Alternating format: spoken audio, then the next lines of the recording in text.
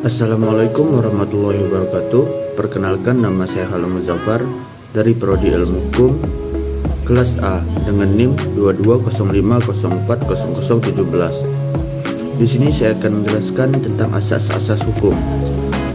Yang pertama, asas-asas hukum acara perdata, yaitu ada 10 sebagai berikut. Yang pertama, hakim bersifat menunggu. Pertama, dalam asas acara perdata, yaitu inisiatif untuk mengajukan gugatan diserahkan kepada pihak yang berkepentingan atau pihak yang berperkara. Jika tidak ada gugatan, maka tidak ada hakim.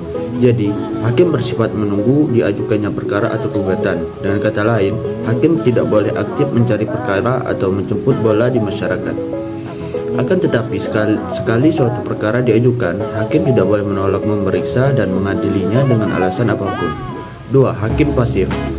Asas acara perdata yang kedua, yaitu hakim dalam memeriksa suatu perkara bersikap pasif. Artinya, ruang lingkup atau luas pokok sengketa yang diajukan kepada hakim ditentukan oleh pihak yang berperkara dan bukan oleh hakim. Dengan kata lain, penggugat menentukan apakah ia mengajukan gugatan, seberapa luas. Tuntutan juga tergantung kepada para pihak penggugat atau tergugat. Suatu perkara akan dilanjutkan atau dihentikan, misalnya lewat perdamaian atau gugatan disebut dicabut. Semua tergantung kepada para pihak, bukan pada hakim. Hakim hanya membantu para pencari keadilan dan menilai siapa di antara para pihak yang berhasil membuktikan kebenaran dalilnya dan mana yang benar dalil yang dikemukakan tersebut. 3. Hakim aktif. Hakim harus aktif sejak perkara dimasukkan ke dalam pengadilan, dalam artian untuk memimpin sidang, melancarkan jalannya persidangan, membantu para pihak mencari kebenaran sampai dengan pelaksanaan putusan eksekusi. Hakim wajib mengadili seluruh gugatan dan dilarang menjatuhkan putusan atas perkara yang tidak dituntut atau mengabulkan lebih dari yang dituntut sebagaimana dalam pasal 178 ayat 2 dan 3 HIR pasal 159 ayat 2 dan 3 RBG. Adapun asas hakim pasif dan aktif dalam hukum acara perdata disebut dengan Verhandlungsmechanismus.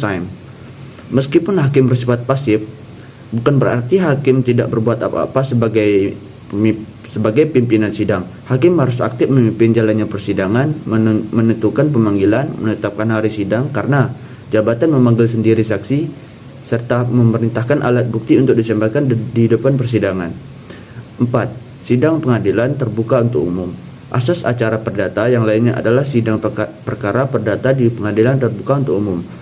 Artinya, setiap orang boleh menghadiri dan mendengarkan pemeriksaan perkara di persidangan ini. Hal ini secara tegas dituangkan dalam pasal 13 ayat 1 dan 2 Undang-Undang 48 atau 2009. Semua sidang pemeriksaan pengadilan adalah terbuka untuk umum, kecuali undang-undang menentukan lain. Putusan pengadilan hanya sah dan mempunyai kekuatan hukum apabila diucapkan dalam sidang terbuka untuk umum.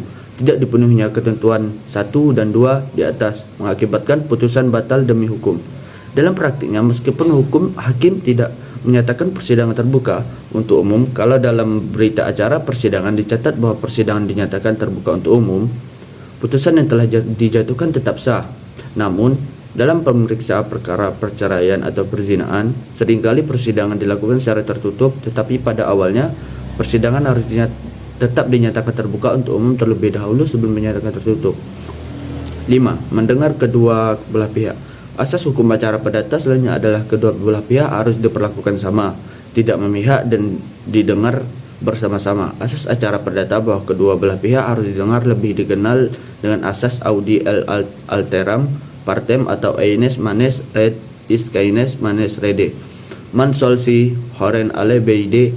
Asas acara perdata yang satu ini mengartikan hakim tidak boleh menerima keterangan dari salah satu pihak sebagai benar apabila pihak lawan tidak didengar, tidak diberi kesempatan untuk mengeluarkan pendapatnya. 6. Putusan harus disertai alasan. Semua putusan hakim pengadilan pada asas acara perdata harus memuat alasan-alasan penting yang dijadikan untuk mengadili. Alasan ini merupakan argumentasi sebagai pertanggungjawaban hakim kepada masyarakat. Seringkali alasan-alasan yang dikemukakan dalam putusan didukung jurisprudensi dan doktrin. Ini tidak berarti hakim terikat pada putusan hakim sebelumnya, tapi hakim wajib menggali, mengikuti dan memahami nilai-nilai hukum yang hidup dalam masyarakat. Asas the binding force of president tidak dianut di Indonesia, namun terikatnya atau berkiblatnya hakim terhadap jurisprudensi ialah karena yakin bahwa putusan mengenai perkara yang sejenis memang sudah ditetapkan dan meyakinkan. 7. Hakim harus menunjukkan dasar hukum putusannya. Hakim tidak boleh menolak untuk memeriksa, mengadili, dan memutus suatu perkara yang diajukan dengan dalil bahwa hukum tidak ada atau kurang jelas, melainkan wajib untuk memeriksa dan mengadilinya. Larangan ini karena anggapan hakim tahu akan hukumnya ius curia novit. Jika dalam suatu perkara hakim tidak boleh menemukan hukum tertulis, hakim wajib menggali, mengikuti, dan memahami nilai hukum dan rasa keadilan yang hidup dalam masyarakat. 8. Hakim harus memutus semua tuntutan. Ini dikenal dengan iudex non ultra plita atau ultra plita non cognoscitur. Adalah hakim hanya menimbang hal-hal yang diajukan daripada pihak-pihak dan tuntutan hukum yang didasarkan kepadanya. Misalnya, penggugat mengajukan tuntutan agar tergugat dihukum mengambilkan utangnya, tergugat dihukum membayar ganti rugi, dan tergugat hukum membayar bunga. Maka tidak ada satupun dari tuntutan tersebut yang boleh diabaikan hakim. 9. Beracara dikenakan biaya.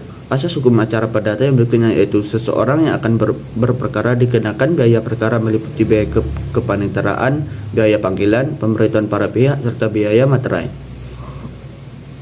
10. Tidak ada keharusan mewakilkan. Tidak ada ketentuan yang mewajibkan para pihak mewakilkan pada orang lain atau kuasa untuk berperkara di muka pengadilan, sehingga dapat terjadi langsung pemeriksaan terhadap pihak yang berperkara. Adapun berperkara di pengadilan tanpa seorang kuasa akan lebih menghemat biaya. 1. Berikutnya saya akan membahas tentang asas-asas hukum acara pidana berdasarkan Kitab Undang-Undang Hukum Acara Pidana atau KUHP adalah 1. Asas peradilan cepat, sederhana, dan biaya ringan. Asas peradilan cepat, sederhana, dan biaya ringan yang dianut dalam KUHP merupakan penjabaran undang-undang ketentuan pokok kekuasaan kehakiman. Peradilan cepat terutama untuk menghindari penahanan yang lama sebelum adanya putusan hakim. 2. Asas praduga tak bersalah. Eksistensi asas praduga tak bersalah tampak pada ketentuan pasal 8 ayat 1 Undang-Undang Nomor 48 Tahun 2009 dan penjelasan umum angka 3 huruf C KUHP. Dalam praktik peradilan, manifestasi asas ini dapat diuraikan lebih lanjut selama proses peradilan masih berjalan dan belum memperoleh kekuatan hukum tetap, sehingga selama proses peradilan pidana tersebut harus mendapatkan hak-haknya sebagaimana diatur dalam undang-undang. 3. Asas oportunitas. Asas oportunitas dirumuskan sebagai asas hukum yang memberikan wewenang kepada penuntut umum untuk melakukan penuntutan atau tidak melakukan penuntutan dengan atau tanpa syarat. Yang keempat, asas pemeriksaan pengadilan terbuka untuk umum. Asas pemeriksaan pengadilan terbuka menunjukkan bahwa pemeriksaan pendahuluan, penyelidikan, dan peradilan dilaksanakan secara terbuka untuk umum. Ketentuannya tertulis dalam pasal 153 ayat 3 dan ayat 4 KUHP. Yang kelima, asas semua orang diperlakukan sama di depan hakim. Dalam acara hukum, pidana tidak mengenal forum privilegium atau perlakuan yang bersifat khusus. Negara Indonesia sebagai negara hukum mengakui bahwa manusia sama di depan hukum, sebagaimana ditentukan dalam pasal 4 ayat 1 Undang-Undang Nomor 48 Tahun 2009 dan penjelasan umum angka 3 huruf A KUHP, yaitu pengadilan mengadili menurut hukum dengan tidak membeda-bedakan orang. 6. Asas tersangka atau terdakwa berhak mendapatkan bantuan hukum. Pasal 69 sampai pasal 74 KUHP diatur tentang bantuan hukum yang memungkinkan tersangka terdakwa mendapat kebebasan yang luas, yaitu bantuan hukum dapat diberikan sejak saat tersangka tertangkap atau ditangkap.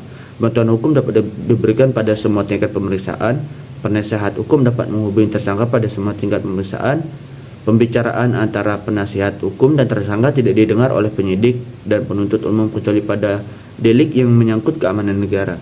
Tuntutan berita acara diberikan kepada tersangka atau penasihat hukum guna kepentingan pembelaan. Penasihat hukum bertindak mengirim dan menerima suatu dari tersangka atau terdakwa. Yang ketujuh, asas pemeriksaan hakim yang langsung. Dalam pemeriksaan perkara pidana di depan persidangan, dilakukan hakim secara langsung kepada terdakwa dan saksi-saksi dan dilaksanakan secara lisan dalam bahasa Indonesia. Implementasi dari asas ini tercantum dalam penjelasan umum angka 3 huruf H pasal 153, pasal 154 dan pasal 155 KUHP. Baiklah, Itu saja mungkin yang dapat saya sampaikan. Terima kasih atas perhatiannya. Saya ucapkan terima kasih. Wassalamualaikum warahmatullahi wabarakatuh.